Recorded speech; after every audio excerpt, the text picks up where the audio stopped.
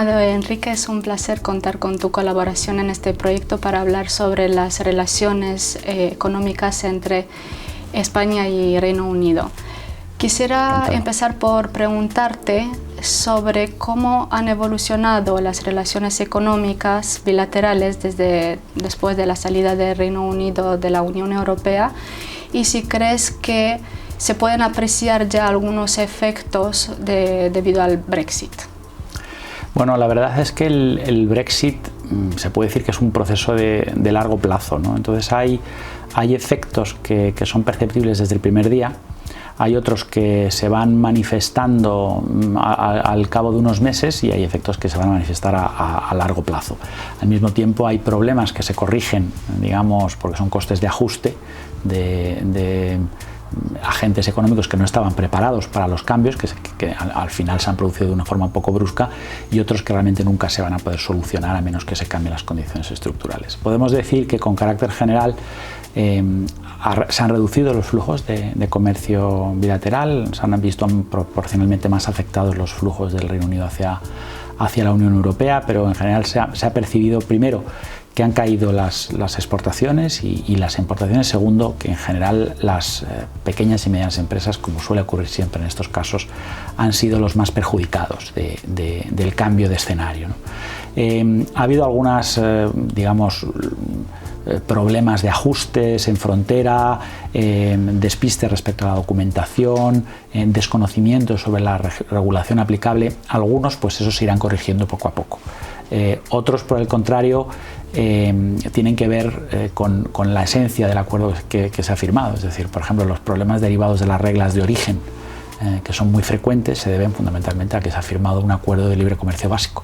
Si se hubiera firmado una unión aduanera o algo más complicado, pues todo sería muchísimo más fácil. Pero digamos que no habrá desaparición de reglas de origen hasta que no se cambie o se profundice en el tipo de acuerdo que existe. Y luego algunas otras cosas de funcionamiento diario, como por ejemplo todo el problema relacionado con el protocolo de Irlanda, pues hay un cierto margen de actuación, hay un cierto margen de simplificación de requisitos, y yo creo que la Comisión al menos está haciendo todo lo posible por solucionar esos problemas. Otra cosa es cómo se perciben estos problemas desde el Reino Unido. Las empresas españolas han mostrado una notable resiliencia en el comercio con el Reino Unido, tanto frente al Brexit como frente a la pandemia. ¿A qué crees que se debe? Hay varios elementos. Primero, creo que es prematuro decir que han resistido perfectamente porque algunos de los elementos de control en fronteras se han ido posponiendo, sobre todo por parte británica. Es decir, es posible que las empresas españolas tengan que enfrentarse, sobre todo las pymes, tengan que enfrentarse a mayor burocracia en el futuro, por ejemplo en el sector agroalimentario. Y bueno, aunque ha habido un esfuerzo por parte de la Administración española para informar de los requisitos de forma continua, pues es posible que eso no pueda ser conocido perfectamente por todos los agentes económicos. Por otro lado, hay elementos pues que distinguen mucho al perfil de empresas exportadoras hacia el Reino Unido en general. Las empresas que exportan al Reino Unido, comparado por ejemplo con las que exportan a Francia o Alemania, suelen ser en general más grandes y más productivas. Entonces eso les permite pues adaptarse mejor a escenarios más complicados, ¿no? Podemos decir que si esto se hubiera producido con otro país hubiera sido un poquito más complicado, ¿no? Sin minimizar los riesgos y los problemas efectivos. Y luego también hay un elemento adicional coyuntural, que es que desde 2016 hasta que se produce el Brexit de forma efectiva, se produjo una considerable depreciación de la libra, precisamente por la evaluación de ese escenario, y eso hizo ya que muchas empresas españolas, sobre todo pequeñas, abandonaran el mercado británico por dificultades de competitividad. Entonces digamos que hubo una especie de limpia de empresas que fueron abandonando poco a poco ante las malas perspectivas del mercado británico, de manera que cuando se ha producido el Brexit efectivo, pues digamos ya habían salido algunas empresas de las relaciones. En cualquier caso, al final lo que se percibe es, como suele ocurrir siempre, que son las grandes empresas quienes concentran una gran parte del comercio y no se percibe muchas veces en las estadísticas lo que sufren las pequeñas y medianas empresas, ¿no? A pesar del atractivo del mercado británico, estas grandes empresas de las que me estás hablando, ¿crees que podrían plantearse en un futuro desviar su actividad hacia otras partes de la Unión Europea? Es posible.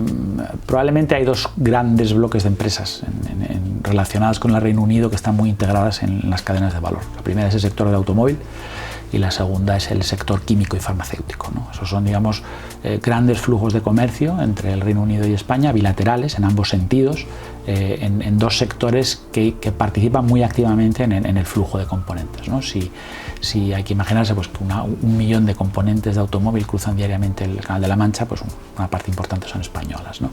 Sin embargo, también hay que tener en cuenta otra cosa. El Brexit ha supuesto sobre todo un incremento considerable de la burocracia, pero la burocracia es regresiva, es decir, al final las grandes empresas son las que menos sufren la burocracia porque están más acostumbradas a gestionar el papeleo, a gestionar las reglas de origen y a exportar a terceros países distintos de la Unión Europea. Entonces tienen mayor capacidad de adaptación las grandes empresas farmacéuticas, las grandes empresas químicas o de automóvil a escenarios un poco más complicados en términos de papeleo. A lo que les preocupaba fundamentalmente a estas empresas y sobre todo, por ejemplo, al sector del automóvil eran los aranceles, mucho más que las reglas de origen. Sin embargo, eso no quiere decir que no existan dificultades, no quiere decir que no haya una serie de complejidades y en algunos casos, por ejemplo, como el sector del automóvil, estamos ya hablando de un sector en transición. Estamos avanzando el automóvil va hacia la fabricación del automóvil eléctrico. Entonces habrá muchos cambios estructurales derivados de ese hecho. Lo que sí que está claro es que las nuevas inversiones que se van a ir produciendo y muchos cambios no se van a producir en el Reino Unido. Si tú tienes que elegir una planta donde desarrollar determinadas cuestiones o tienes que hacer nuevas inversiones, esas inversiones muy difícilmente se van a ubicar en el Reino Unido, se van a ubicar probablemente en Europa. Entonces yo veo más la reasignación de cadenas de valor, que además forma parte de un proceso pues, de seguridad de las cadenas de valor, de autonomía estratégica, veo como un proceso lento, un proceso más que de desinversión, un proceso de reducción en el crecimiento de la inversión y poco a poco abandono del mercado británico, pero también todo depende de cómo evolucionen las relaciones bilaterales y en unos años también podrían cambiar bastante. ¿Qué supone Brexit en relación con la cuestión de Gibraltar? Bueno, hay que tener en cuenta que Gibraltar siempre quedó excluido de las negociaciones de salida. En esos hubo un especial énfasis por parte del Consejo, de las instrucciones de negociación a la Comisión. Entonces, digamos que cuando se ha aprobado el Acuerdo de Comercio y Cooperación entre el Reino Unido y la Unión Europea, era el momento entonces de que el Reino Unido y España plantearan un marco de acuerdo que luego negociara la Comisión, porque por supuesto la Comisión en materia de comercio tiene competencias exclusivas. Entonces lo que ocurrió fue que poco después de aprobarse el Acuerdo de Comercio y Cooperación se firmó una especie de memorando de entendimiento entre el Reino Unido y España para ver cómo se podían simplificar el flujo de mercancías y el flujo de personas, que es muy importante en las relaciones bilaterales con Gibraltar. Entonces se ha establecido un marco de acuerdo para hacer un acuerdo como si el Gibraltar permaneciera en cierta medida de forma indirecta en el mercado único. No exactamente así, pero sí es curioso que al final Irlanda del Norte y Gibraltar parezcan más europeas que el propio Reino Unido, pero la idea es que pueda haber flujo de mercancías sin demasiados problemas y puede haber flujo de personas y sobre todo circulación de trabajadores sin mayores problemas. Pero en cualquier caso es algo que tiene que negociar la Comisión y la Comisión es la que iba a iniciar teóricamente, debería empezar las negociaciones para a partir de ese memorando hacer un acuerdo entre el Reino Unido y la Unión Europea en materia de Gibraltar, pero algunas cosas se han dificultado, por ejemplo, por los problemas derivados del Protocolo de Irlanda del Norte. Es decir, las dificultades derivadas del Protocolo de Irlanda del Norte han hecho que la Comisión difiera un poco las negociaciones sobre Gibraltar hasta que quede claro que los acuerdos que ya ha firmado se van a cumplir íntegramente. ¿Qué papel puede jugar España para estrechar lazos entre la Unión Europea y el Reino Unido? Yo creo que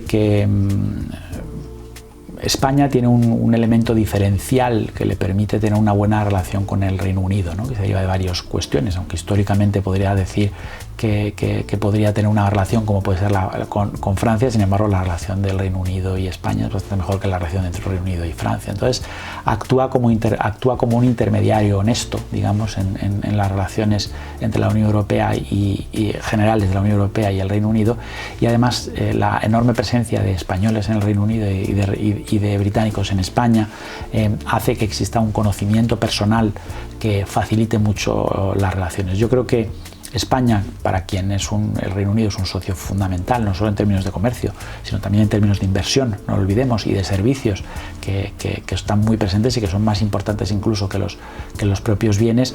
España es el primer interesado en que haya una relación fluida y buena, y entonces creo que España puede facilitar mucho las cosas, por ejemplo en materia de acuerdos de seguridad social, puede iniciar algunos procedimientos de acuerdos en las competencias que son puramente bilaterales y dar una idea de confianza mutua que al final pueda extenderse a otros aspectos de la relación multilateral con el Reino Unido, con la Unión Europea. ¿Cuál sería el escenario más favorable, el escenario futuro más favorable para España en su relación con el Reino Unido? Bueno, como he dicho antes, para España las relaciones con los Reino Unido son importantísimas, ¿no? en materia de comercio y en materia de inversión. No olvidemos, por ejemplo, pues su compañía bandera Iberia, ¿no? Forma parte de un grupo hispano-británico, ¿no? Entonces, a España le interesa que la relación entre el Reino Unido y la Unión Europea sea lo más fluida posible, ¿no? Entonces, lo que está claro ahora es que en el contexto actual, con el gobierno británico actual, las tensiones son muy frecuentes entre la Unión Europea y el Reino Unido. Hay una cierta desconfianza provocada claramente por el lado británico, por su negativa al cumplimiento de lo acordado, por su revisión permanente de lo firmado y su falta de respeto de los acuerdos internacionales que dificulta un poco las cosas. Pero también los gobiernos cambian, las cosas cambian, y es muy posible que el mejor escenario sería pues una suavización de las tensiones permanentes con el gobierno británico y una visión un poco más pragmática de cómo deben ser las relaciones entre el Reino Unido y la Unión Europea, hacia, no digo ya una vuelta hacia a la Unión Europea, que parece impensable, sino una cierta reconsideración del tipo de relación en el que podrían tener pues un mayor peso los servicios, incluso el replanteamiento de un acuerdo de libre comercio a largo plazo, pues que sustituirlo por una unión aduanera o incluso pues un acuerdo más integrado o con mayor acceso al mercado único. Ese sería el escenario probablemente ideal. Esperemos que así sea. Muchas gracias. Ha sido un placer entrevistarte. Encantado, un placer.